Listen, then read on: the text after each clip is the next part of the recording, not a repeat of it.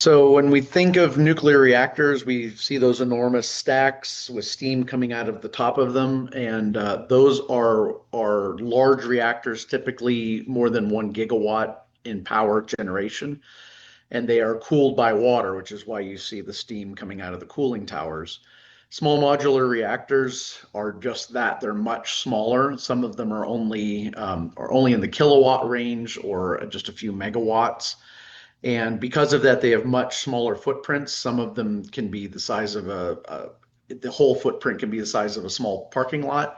And they're not cooled with water typically. They're usually cooled with molten metals or with molten salts. And so the accident risk is much lower with those reactor designs.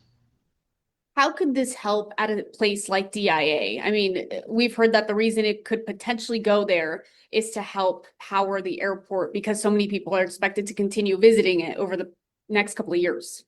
Right. So the thing that nuclear provides that essentially no other power source provides is an enormous amount of energy with a very small footprint with very high stability.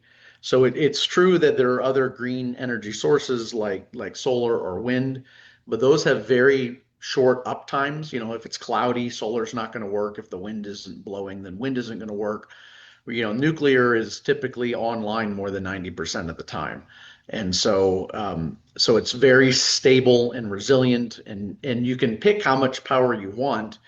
And the nice thing about small modular reactors is that modularity. So you can keep adding more and more reactors. Some of the designs are such that they literally drive a small reactor up on a semi, set it down, plug it in, and it goes. And when the fuel is mostly used up, they pick it up, put it back on a semi, drive it away, put a new one in.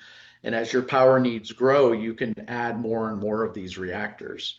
And so you can do this essentially to as big as you need. And so it provides stability to the grid in large amounts with pretty minimal carbon dioxide generation. What role, if any, does uranium play in this?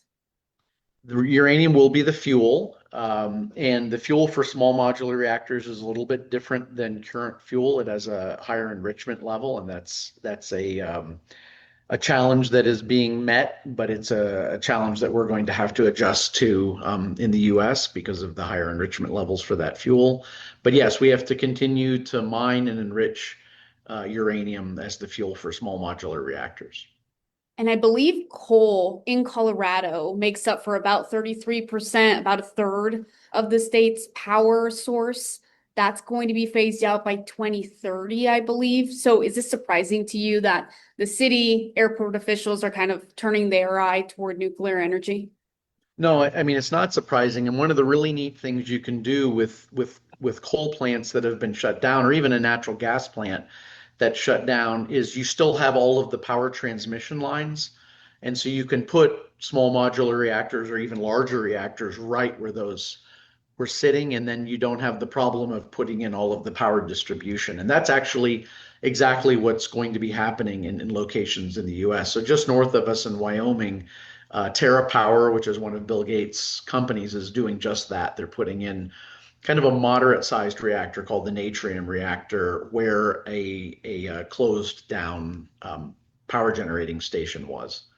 And today, a law goes into effect in Colorado. This bill passed in March of this year, I think, classifying nuclear energy as clean energy. Right. That surprising at all? No, the amount of carbon dioxide it generates is really minimal, and most of that's on the front end during the mining operations of uranium.